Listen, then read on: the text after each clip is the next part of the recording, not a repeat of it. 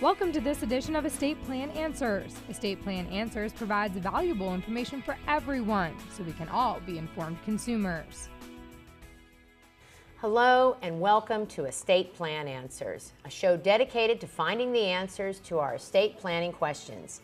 I'm your host, Mary Ravazio, and joining me is Ali Talai of Talai Law Offices. Ali focuses his practice exclusively in estate planning, probate and estate administration, and business planning. He has offices in Woodland Hills, West LA, and Irvine. He is licensed to practice law in the state of California. Hello, Ali, and welcome to the show. Hi, Mary. I'm very happy to be here with you. We're certainly glad to have you. Now, each week we discuss various topics that seem to have a lot of nuances. Since most of us are busy people who don't have time to dwell on estate planning matters, how do we know we're making the best decisions? Everybody's so busy these days that it can be challenging to set aside a little bit of time to focus on important matters. And you're correct, there are a lot of little things that could change the advice I give a person, which is why our office tends to ask a lot of questions when we meet a new client.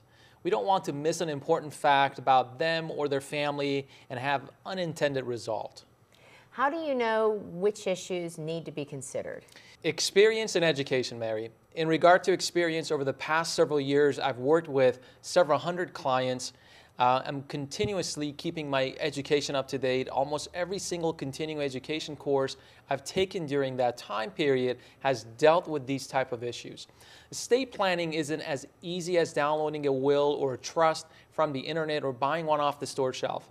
I see those documents every day, and honestly, they keep me in business because I get hired to fix the problems created by the people who didn't realize they needed my experience.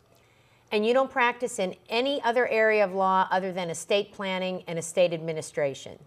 No, but my estate planning practice does include business planning for our business owners so that we can create a comprehensive estate plan for all their needs. And tell me, what is estate administration? Is it just probate? Estate administration is a term we use to describe all the things that we need to do to settle a person's affairs after they have passed away.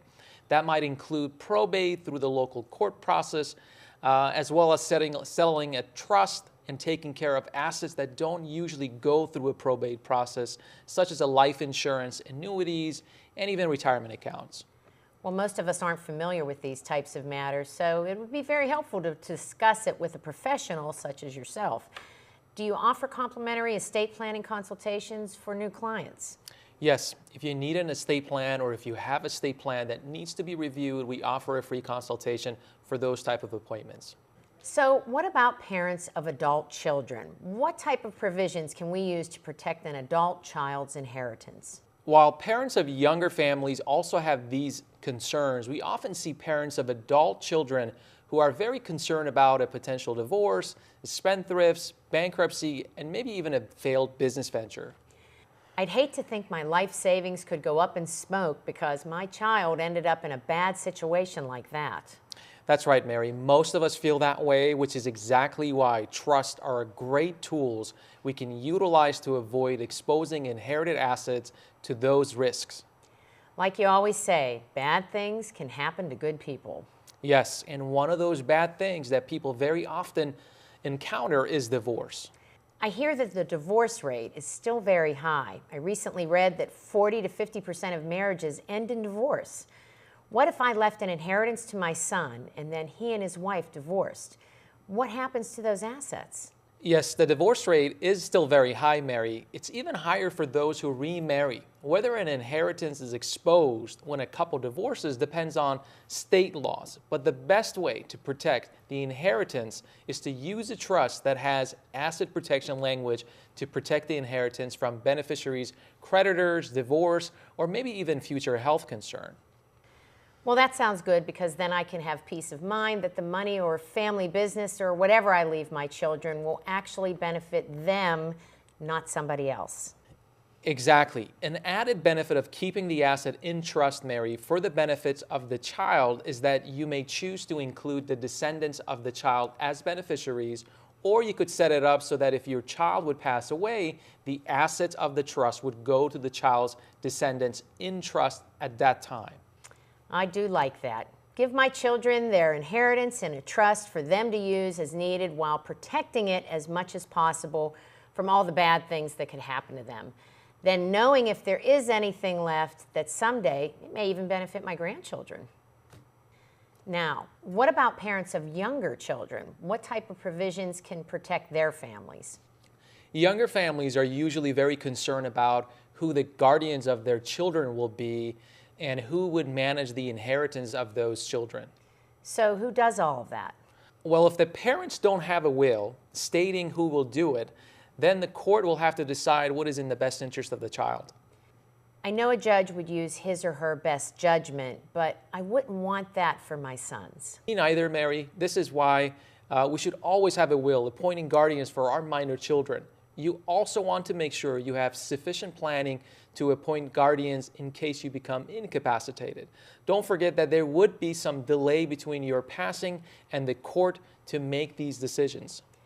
Well, that makes sense. The court would have to figure out who they should appoint before they appoint somebody.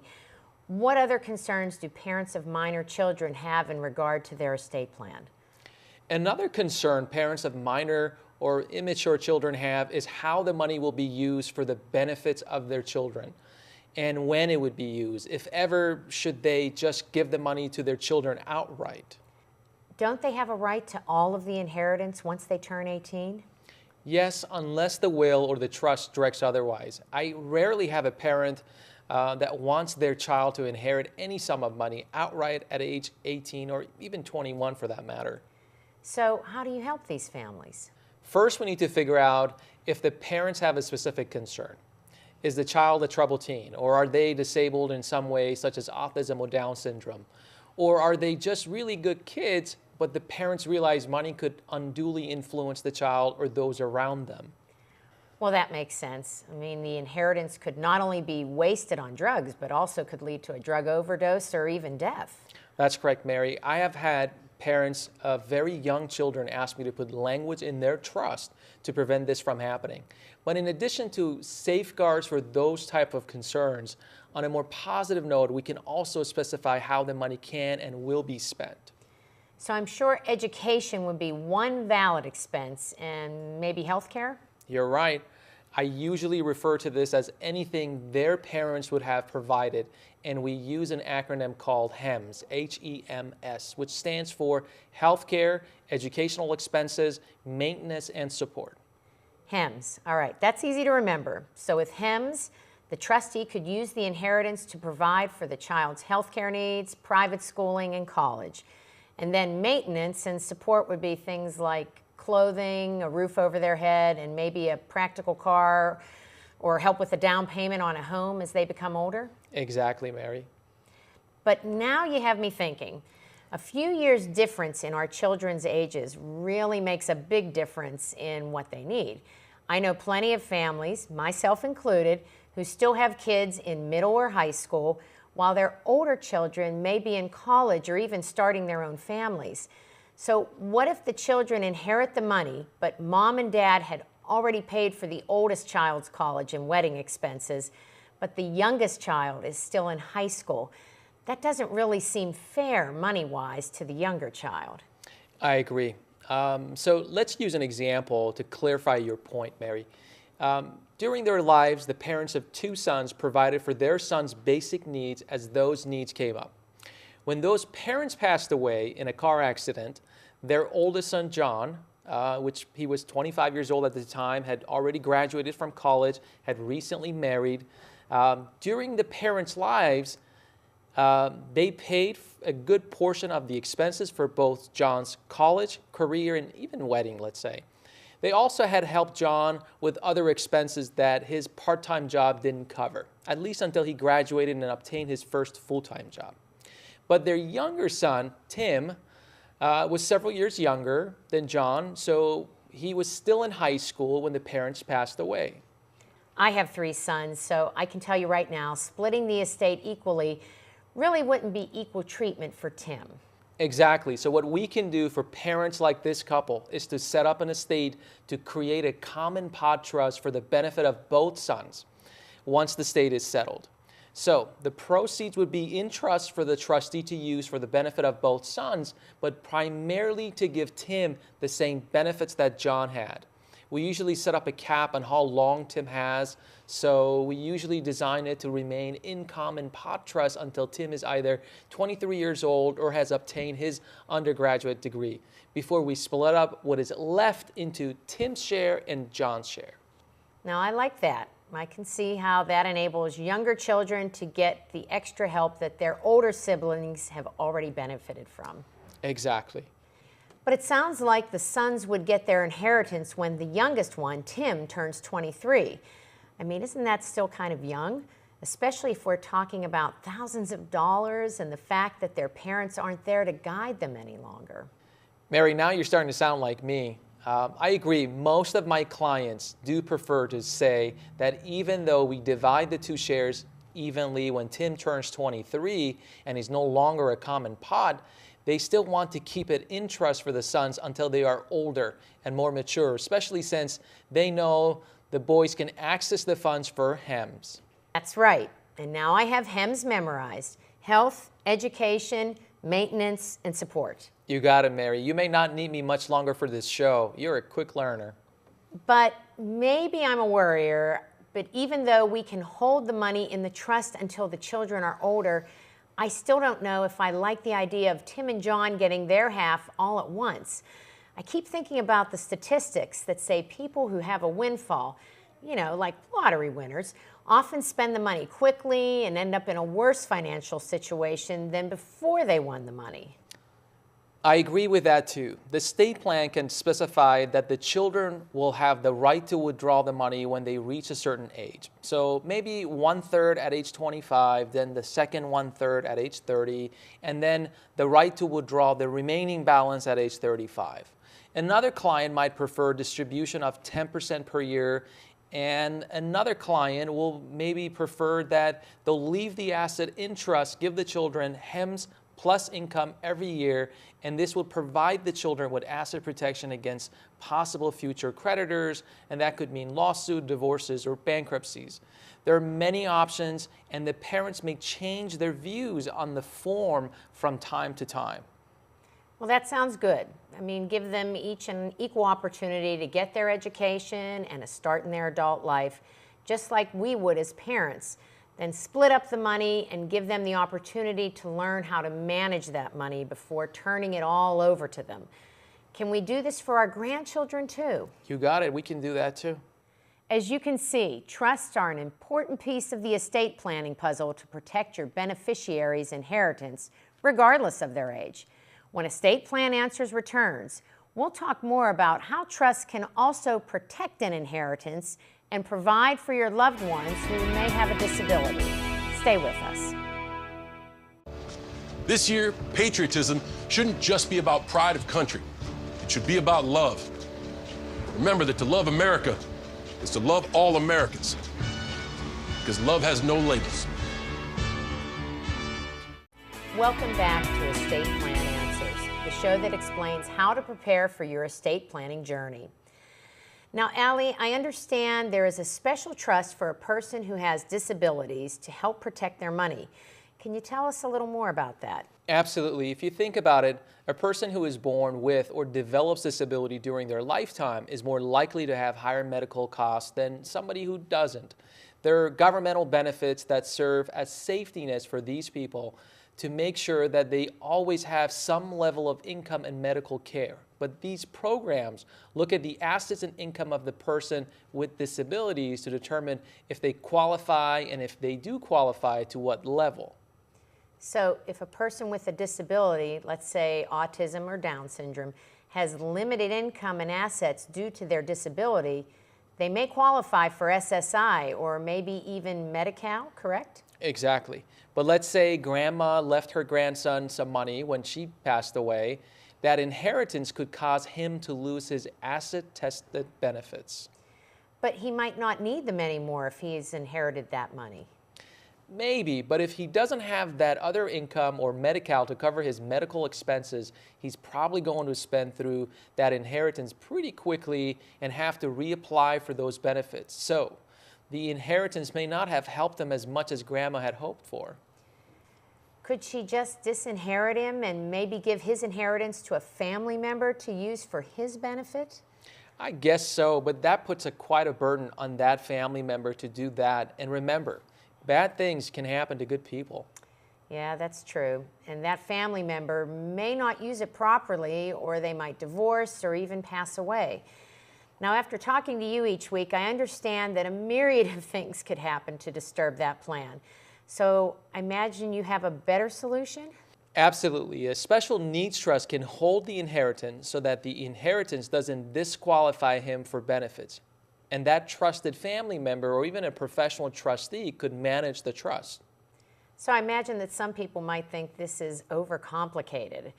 For example, I think Grandma might not understand why she can't give it to that person or to a trusted family member. I understand why people think that is complicating things, but it is just the opposite. Having it set up appropriately to comply with the laws and rules for these very important benefits is paramount. It would be easier to pretend that everything would just work out for the best, but I see these scenarios play out on a regular basis, and even when the family is all working together with the best of intentions, problems arise that inadvertently affect the plan. And unfortunately, the person who would be hurt most is the person with disability. Usually by the time that all of this plays out, Grandma has already passed away and never realizes that she caused a lot of problems simply by trying to keep it simple. I do see what you mean. Issues with disabilities and public benefits are complicated. So if we really want to make a difference with our gifts or leaving an inheritance, it only makes sense to go that one last extra step to make sure we did so correctly by using a special needs trust. That is correct, Mary. I like the idea of a special needs trust for the benefit of a person with disabilities who may qualify for asset-tested benefits. But are there any limitations on how the trust funds can be used? Or can the trustee just use it on anything the beneficiary needs or wants? That is a great question, and there are some limitations as to how the trust asset can be used. It is meant to supplement what the person's public benefits don't cover, but the trust distribution cannot replace what the public benefits do cover.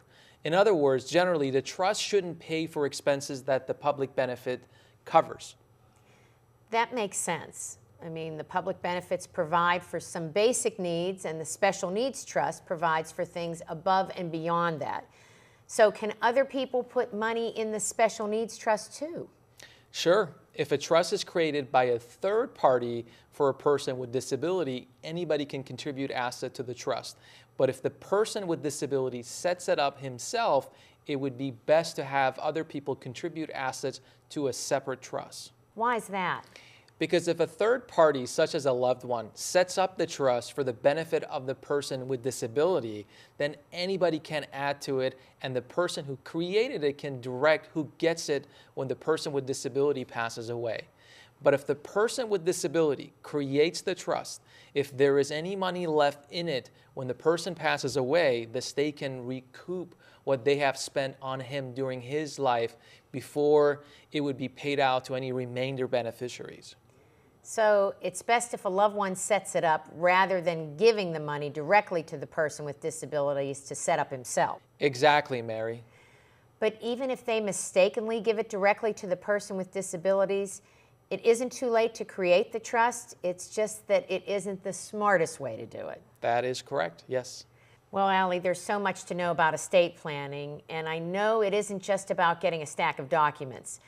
So what documents do we really need to make sure we have in our estate plan? You start with the basics of estate planning, what I commonly refer to as your foundation. Okay, a foundation. What are the basic building blocks that make up the foundation of an estate plan? It's a handful of documents, and I'm sure many of our viewers believe they have what I am calling a foundation, but this next point is very important, Mary. Not all foundations are created equally. What do you mean by that? I mean, isn't a will just a will, and aren't they all, pretty similar? Not exactly, Mary. Here's the issue. Years ago, people didn't usually live a long time with an incapacity or illness, but now they do. And due to people living longer and increased litigation and the focus on privacy rights over the last couple of decades, it isn't enough to have basic estate planning documents. The documents need to include provisions to address these sort of issues. I refer to them as elder law and disability provisions. Okay, so what documents should be in my foundation, and exactly what elder law and disability provisions should be in my foundation? Your foundation should include a last will and testament, a durable power of attorney for financial decisions, and 2 medical documents, which are advanced healthcare directives and HIPAA authorizations and release form. In addition, in California, most people would want to include a revocable living trust in their foundation. So most of us know what a last will and testament is, but what elder law and disability provisions should be in that? A good will, Mary, should provide for a beneficiary who may be disabled. For example, what if the so-called healthy spouse dies unexpectedly before the less healthy spouse, leaving that spouse to need outside caregivers to come into the home or to even care in the facility outside of the home? In that case, it probably makes sense to have some of the estate to be held in trust for the benefit of the surviving spouse. We can have language inserted in the will to have that option just in case it is needed. Now, I understand that having an estate planning foundation is very important for all adults, and that it should include a last will and testament, as well as various documents that would help take care of my financial affairs and medical decisions if I were unable to do so during my life. But you mentioned that many people also include a revocable living trust. Why is a revocable living trust an important component to an estate planning foundation? We know someday we all will pass away, and when we do, certain assets would need to be probated. But a revocable living trust allows us to control assets while we're living, but it has the benefit of avoiding probate for the assets the trust owns when we pass away. So while I'm living, if I fund my assets such as my home, my bank accounts, and my interest in an LLC or corporation in my living trust, my loved ones don't have to go through a year or 2 of probate and all of the forms and processes that go along with probate? Exactly, Mary. So let's break it down just a bit. We need to consider both time and expenses. California has a small state probate option that provides a simplified process for estates under $150,000. Is it $150,000 of assets, or do you subtract debt from that? For example, what if I had a $700,000 home, but I still owed $600,000 on it? The value of the estate for this purpose is the gross value of the estate. So in your example, a $700,000 estate with $600,000 debt would still be considered a $700,000 estate, meaning that it would not qualify under the small estate exceptions, since the limit for that is $150,000. I commonly see probate cases of at least several $100,000. It seems to me that in California, if you own a home, the value of your home alone is going to require the full probate. I mean, how long does a straightforward probate take, and how much does it cost? Even a straightforward probate of an estate of just $700,000 can take about a year to a year and a half in California. In regard to cost, a $700,000 estate would incur about $34,000 in fees to the attorney and the executor. Plus, there are additional filing fees, publication fees, bonds, and fees for other extraordinary services. Wow, I would definitely want to consider a living trust if it helps my estate to avoid those costs and saves my family time when I pass away. But if the family doesn't want to sell the home, where do they come up with $34,000? Exactly, Mary. That can cause quite a dilemma. Now, we not only understand the importance of having a rock-solid estate planning foundation, but we also understand how beneficial a revocable living trust can be to our foundation because it avoids probate. Allie will explain other benefits of a revocable living trust when Estate Plan Answers returns. Hi, I'm Janelle Hale, founder and CEO of the National Breast Cancer Foundation. Early detection saved my life. It could save yours too. To learn more about what every woman needs to know about breast cancer, visit nbcf.org/hope. Welcome back to Estate Plan Answers. We've been talking about how revocable living trusts can avoid probate and allow us to plan much better for our loved ones. But Allie, are there additional benefits of having a revocable living trust? And are there other benefits of having a trust that we should know about? A relatively newer benefit of a living trust is that since trusts avoid probate, they also could avoid Medi-Cal state recovery. Now, I've heard about people losing property due to estate recovery, so I definitely want to hear more about this one. Most people would agree with you, Mary. Estate recovery is the process that occurs after a Medi-Cal recipient passes away, where the state can put a lien on the assets that are passing through probate to recover some of the state's cost for paying for the person's care. So when a person applies to and qualifies for Medi-Cal, he or she must agree to estate recovery? Yes, but as of January of 2017, Medi-Cal does not pursue assets that pass outside of probate. Therefore, if a person's assets are inside of the revocable living trust, their estate passes outside of probate and are not subject to estate recovery. So if I'm in the nursing home and I qualify for Medi-Cal, the state will not pursue estate recovery for my assets in my revocable living trust. Exactly. Wow, I certainly wouldn't want to expose my assets to estate recovery, but honestly, I really don't think most of us plan on needing a nursing home, let alone Medi-Cal. I know it's difficult to imagine needing such a high level of care, but unfortunately many of us who never intend to need skilled care end up needing it, regardless of our best efforts to stay healthy or even having loved ones who are caring for us. But if we needed skilled care, we could always just private pay, right? I mean, how much does that cost in California? The average cost is over $8,100 a month in California, Mary. The average cost of nursing home care in California is over $8,100 a month.